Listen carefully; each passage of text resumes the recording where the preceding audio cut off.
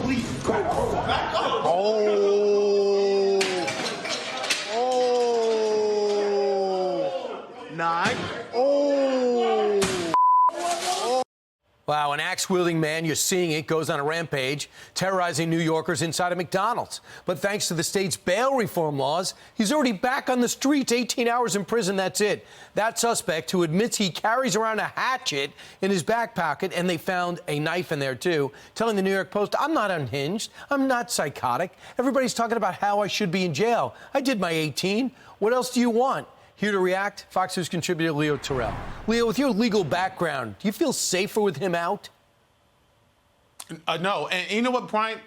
What I don't understand is simply this. How about a mental evaluation? I would submit to you that a person who carries an axe in his backpack is unhinged, is psychotic, is a loose cannon. People don't carry axe in their backpack. It's not normal. And for him to be released without a mental evaluation, what's wrong with the criminal justice system? Oh, I forgot. It's run by Democrats. It's run by a smooth-talking mayor, Eric Adams, and that's why that guy's out in the streets right now. That guy had a weapon that could commit a deadly injury to somebody. He's like, well, at least I didn't have a gun. I would have just shot him. That would have been it. That's his ridiculous reasoning. He says he's going through some things right now, indicating he's obviously unhinged and will attack again. Governor Hochul sits as a Democrat, just trying to coast to victory. She's got about a 4-point lead. Republican Lee Zeldin showed up at the McDonald's yesterday and offered an alternative. Listen. You could see the fear in the eyes of other people who are here at this McDonald's just a few days ago. This person who was swinging an axe and breaking walls and tables in here and even slapped one customer shouldn't just end up right back out on the street with the judge having no discretion. No police chief, no mayor, no governor. That's just a contender. Does that work? Yes, brilliant strategy in New York City.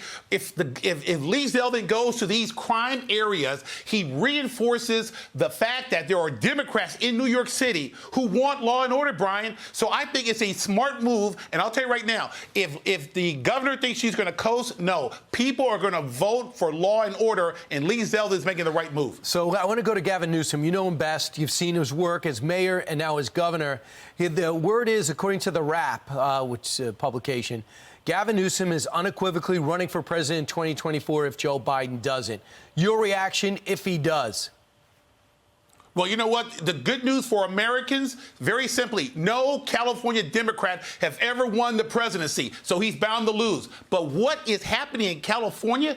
There is no incentive to live in California with Governor Newsom. We got high crime. We got poor schools. We got the homeless problem. And I'll tell you right now, he's taking California for granted. He's up for re-election, Brian, in California, but he is ignoring California, thinking that he has a chance to win the presidency. One last fact.